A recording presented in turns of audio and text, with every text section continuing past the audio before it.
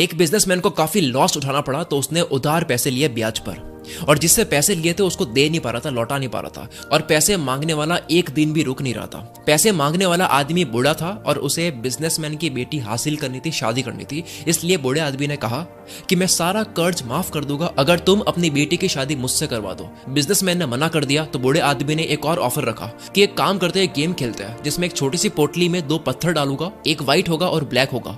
Businessman को बेटी को पत्थर उस पोटली में से निकालने हैं। अगर व्हाइट निकल गया तो सारा कर्ज माफ कर दूंगा और शादी भी नहीं करनी पड़ेगी, और अगर ब्लैक पत्थर निकल गया तो कर्ज तो माफ कर दूंगा लेकिन शादी करनी पड़ेगी। बाप और बेटी दोनों एग्री हो गए, पूरे गांव वालों को इकट्ठा करा। मुखिया भी वहां पे देख रहा था। जमीन से 2 पत्थर उठा करके बूढ़े आदमी ने पोटली में डाले और लड़की ने देख लिया कि उस बूढ़े आदमी ने दोनों ही पत्थर ब्लैक डाले हैं, और ब्लैक पत्थर का मतलब हुआ कि कर्ज माफ लेकिन शादी करनी पड़ेगी। अगर लड़की गेम खेलने से मना कर दे तो शादी तो बच जाएगी लेकिन बाप का कर्ज माफ नहीं होगा, और अगर दोनों ही पत्थर निकाल के उस बूढ़े इंसान की बेइज्जती कर दे तो वो आदमी कभी ना कभी बदला जरूर लेगा। इसलिए लास्ट ऑप्शन था कोई एक पत्थर निकालो जो कि ब्लैक ही निकलेगा और कर्ज माफ के साथ में उसको शादी करनी पड़ेगी। लड़की ने चालाकी से गेम खेला, उसने एक पत्थर निकाला और एक्टिंग करके ग्राउंड पर गिरा दिया, और वो पत्थर नीचे गिरे, बहुत सारे ब्लैक और व्हाइट पत्थर में मिल गया। लड़की ने कहा ओ शिट, ये मेरे से गलती से गिर गया, लेकिन एक काम करते हैं, दूसरा पत्थर भी पोटली से निकाल करके चेक कर लेते हैं। अगर पोटली में से अब व्हाइट निकला तो मैंने जो उठाया था वो ब्लैक था, और अगर पोटली में से अब ब्लैक निकला तो मैंने जो उठाया था वो व्हाइट था।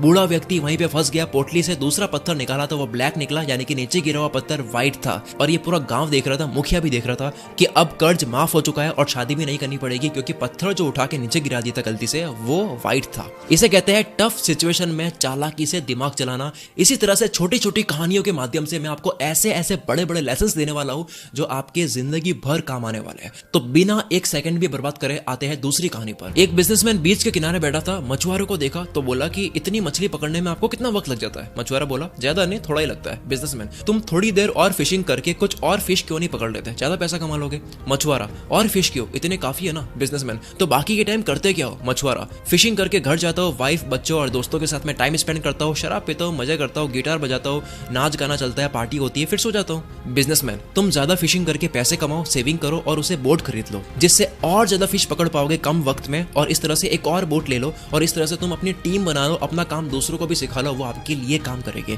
कंपनी सेटअप कर लो, एक प्रोडक्शन प्लांट बना दो, फिश की पैकिंग और डिस्ट्रीब्यूशन कंट्रोल कर सकोगे, और एक सिटी के अलावा दूसरी सिटीज में भी अपनी ब्रांचेस खोल दो। मछुआरा शांत रहा और बोला उसके बाद? बिजनेसमैन अरे उसके बाद क्या, एक बीच हाउस खरीद लेना, फैमिली के साथ में एंजॉय करना, फिशिंग करना, सुबह शाम आराम करना, तुम्हारी टीम काम कर रही होगी, रात को दारू पार्टी म्यूजिक और जलसे चलते रहेंगे। मछुआरा बट ये तो मैं अभी भी करता हूँ। बिजनेसमैन आगे कुछ बोल नहीं पाया, पता चला कि उसने अपना बिजनेस छोड़ दिया और फिशरमैन के साथ में रहना शुरू कर दिया। आप कुछ भी कर रहे हो, आप पता करो कि उसके बाद क्या, वो क्यों पाना है, वो क्यों करना है। अगली स्टोरी। एक बार एक लड़का अमीर बनना चाहता था और वो गुरुजी से कहता है कि कोई काम बताओ जिससे मैं बहुत कमा सकूं। गुरुजी उसे एक जगह ले गए जहां पर बहुत सारी कंकड़ पड़ी थी और कहा कि इन सारी कंकड़ में से एक कंकड़ ऐसी है जो किसी भी चीज को सोने में बदल सकती है, और उस कंकड़ की पहचान है कि वो थोड़ी सी गर्म होगी, बाकी सारी ठंडी होगी। जाओ ले लो अपनी हर चीज को सोने में बदल देने वाली कंकड़। वो काम पे लग गया, रोज एक एक कंकड़ हाथ में लेता, 2-3 सेकंड गर्म है या नहीं चेक करता और उसको समुद्र में फेंक देता ताकि वो बाकी कंकड़ में ना मिल जाए। 1 महीना करा, रोज घंटों घंटों लगा दिए, 2 महीने, 3 महीने, 4 महीने लगा दिए। अब उसकी स्पीड बन चुकी थी, लेकिन साथ में वो ध्यान से कंकड़ को परख नहीं रहा था। उसकी फटाफट से कंकड़ को हाथ में लेकर समुद्र में फेंकने की हैबिट बन चुकी थी। 5वें महीने में फाइनली वो कंकड़ हाथ में लग गई।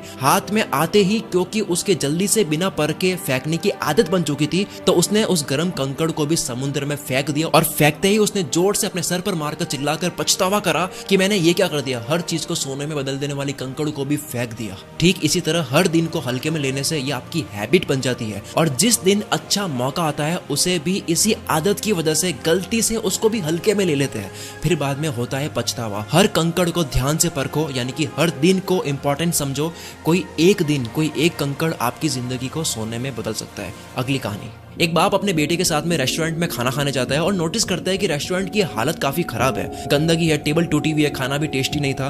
बेटा पिता से कहता है कि हम कितने गरीब है और कितनी मेहनत करते हैं, इनके पास ये होटल है, चाहे तो कितना बड़ा कर सकते हैं, लेकिन ये कर नहीं रहे हैं, तो ये रेस्टोरेंट पे मेहनत क्यों नहीं कर रहे हैं। खाना खाकर बिल पे करते वक्त ओनर से लापरवाही का कारण पूछा तो बोला इस रेस्टोरेंट में इतनी कमाई नहीं है, लोग आते ही नहीं है, इसलिए हम इस पे ध्यान देते नहीं है, ना इन्वेस्ट करते हैं। हमारी कमाई एक ट्रक चलती है उससे हो जाती है। लड़के के पिता ने ट्रक सामने ही देखी और चुपके से उस ट्रक ट्रक का इंजन ऐसा खराब कर दिया कि वो ठीक हो ही ना पाए। ठीक 3 साल के बाद में बेटा वहां से जाता है और देखता है कि वहां पे बहुत बड़ा रेस्टोरेंट खड़ा हो गया है, 5-6 फ्लोर बन चुके हैं और क्या शानदार उसका लुक है। बेटे ने रेस्टोरेंट के ऑनर से बात करी कि इतना सब कुछ कैसे हुआ, तो उसने बोला कि मेरी कमाई एक ट्रक चलती थी उससे होती थी और मैं रेस्टोरेंट पे बिल्कुल ध्यान देता ही नहीं था, लेकिन पता नहीं किस कारण से वो ट्रक खराब हो गई और उसे कोई ठीक कर ही नहीं पाया। इसलिए पैसे कमाने के लिए मजबूरन मैंने रेस्टोरेंट पर ध्यान दिया और पता चला कि होटल मैनेजमेंट और बिजनेस करना मेरे अंदर था, मेरी अंदर की आवाज थी। मैंने पूरे रेस्टोरेंट का रंग रूप बदल गया, कुक बदल दिए, वेटर्स बदल दिए। मैंने 5 और सिटीज में रेस्टोरेंट्स खुलवा दिए और वहां मैनेजर बैठा दिए। आज मैं उस ट्रक से 50 गुना ज्यादा कमाता हूँ। दोस्तों, आपकी जिंदगी की वो कौन सी ट्रक है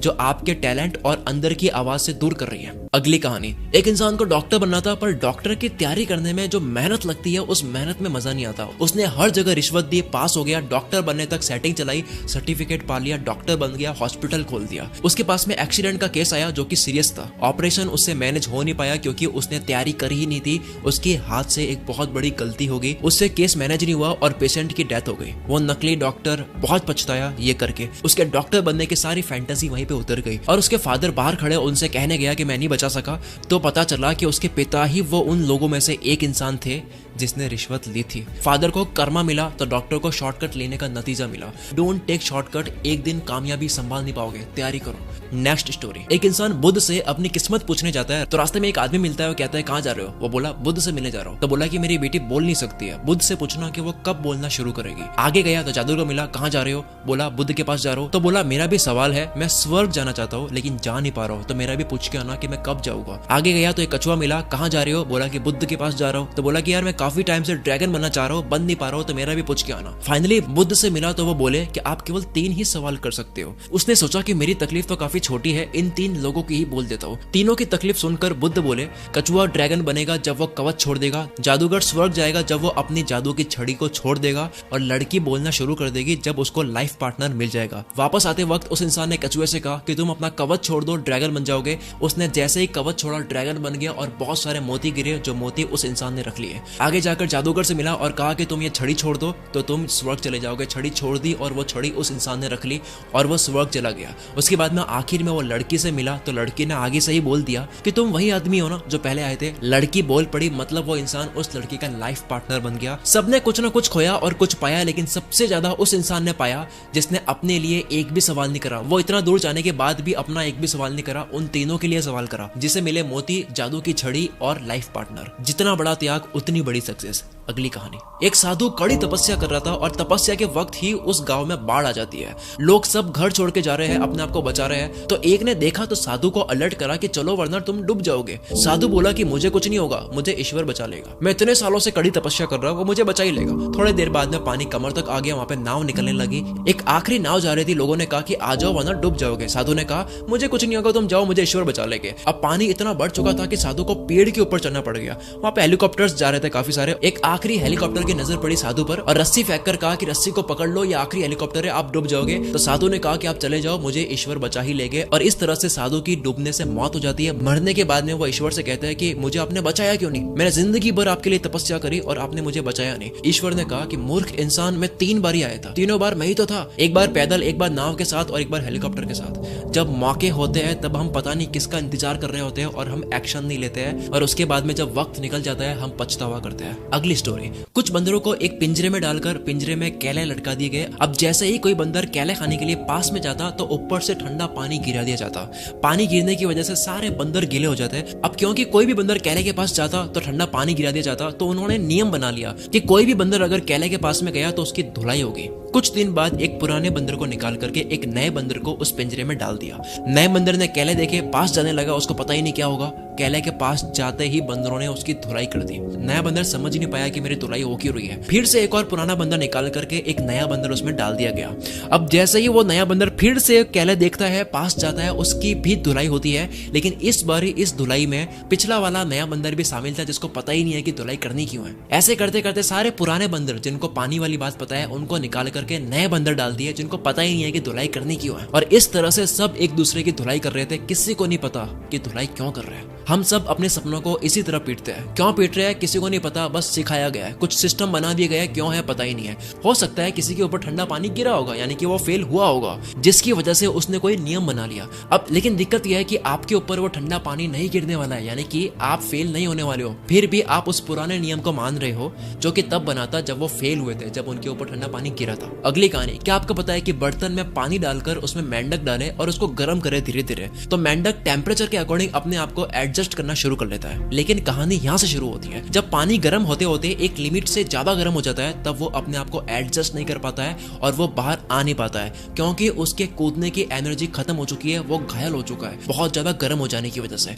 उसने अपने सारी एनर्जी शुरू में ही अपने आप को एडजस्ट करने में दे दी। वो चाहता तो एक छलांग से उसी टाइम बाहर आ सकता था और आखिर में वो मर जाता है। मेंढक की मौत किससे हुई? गर्म पानी से नहीं हुई, मौत हुई राइट टाइम पर जंप ना लेने की वजह से। अच्छे वक्त का इंतजार मत करो, बस कूद जाओ, उसके बाद में सही कर दो। सब सही करने का सोचकर मत कूदो, क्योंकि कभी नहीं कूद पाओगे। और कहते हैं कि सबसे अच्छा कूदने का वक्त तब होता है जब आप तैयार नहीं होते हो, क्योंकि कूदने के बाद तैयारी होती है। अगली स्टोरी, एक औरत को अपनी सांस पे बहुत गुस्सा आता था। वो गई ऐसे इंसान के पास जो जहर दे सके। उसने कहा कि मैं जहर देता हूँ, पर इसको थोड़ा थोड़ा करके खिलाना है और 2 महीने बाद मौत हो जाएगी आपके सांस की। पर 2 महीने तक अपने सांस से अच्छे से बात करनी होगी, ध्यान रखना होगा, ताकि तुम्हारे पति को 1% भी शक ना हो। 2 महीने तक उसने थोड़ा थोड़ा रोज जहर दिया, बहुत मोहब्बत से रहती। उसका मन करता कि एक ही दिन में सारा जहर दे दे, लेकिन ऐसा करने से उसके पति को शक हो जाएगा, इसलिए उसने पहले बनाई। 2 महीने रोज थोड़ा थोड़ा जहर दिया, अपने सांस के साथ में अच्छे से रही।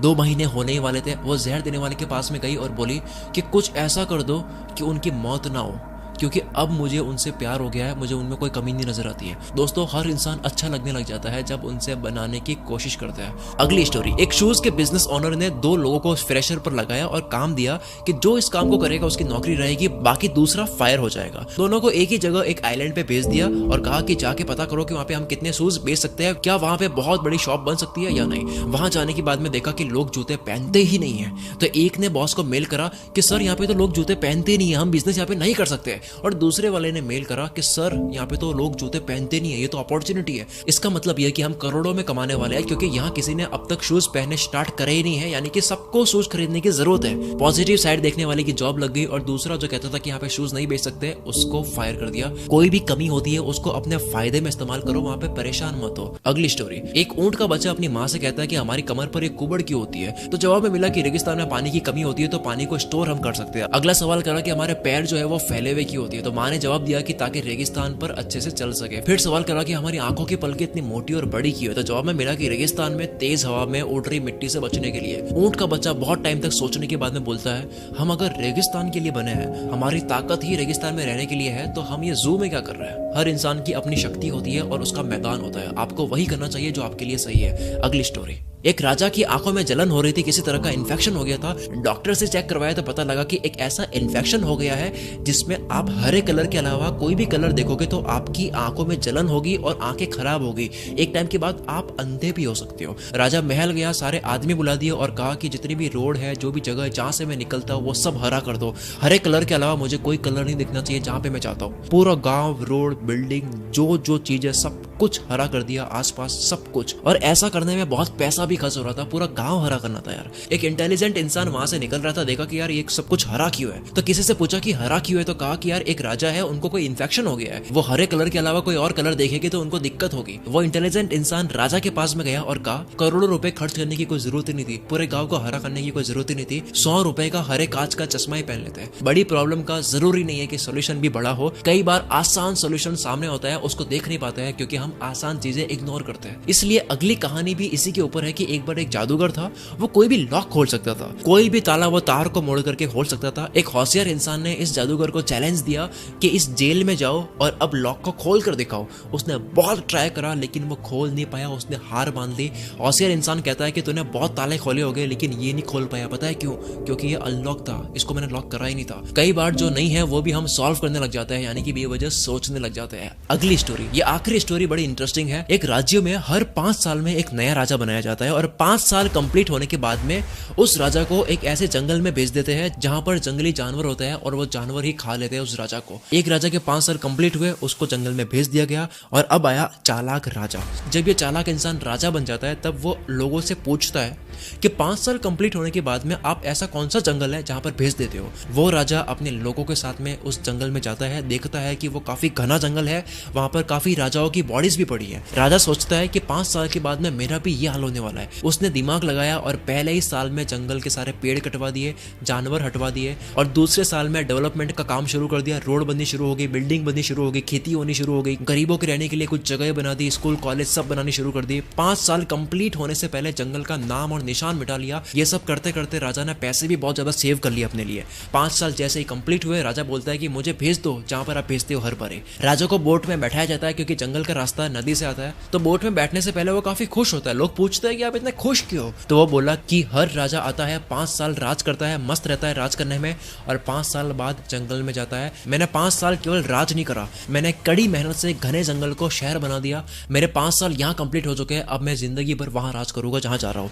क्योंकि राजा ने सेविंग भी करी थी तो वह पैसा लेकर वहां चला जाता है और इस नए जगह में उसकी इज्जत भी होती है क्योंकि गरीबों को बहुत घर भी दिए होते हैं। आप आज मेहनत करो कल के भविष्य के लिए। अब तक के लिए सिर्फ इतना ही गाइस। अगर आपको ये वीडियो थोड़ी भी अच्छी लगी है ना तो कमेंट करके जरूर जाना, और अगर आपको पता नहीं चल रहा कि कमेंट में क्या लिखे यार, तो सिर्फ कमेंट में यस लिख देना कि यस, इस वीडियो की वजह से मेरी लाइफ में थोड़ा सा बदलाव आया है। आपकी कमेंट्स देखकर मेरा हौसला बढ़ जाता है अगली वीडियो को और अच्छी बनाने के लिए। तो यस कमेंट करके जरूर जाना। मिलते हैं हम अगली वीडियो में। Wish you all the very best. मैं शकील कुल मित्र से आपके सपनों को सपोर्ट करता हूँ।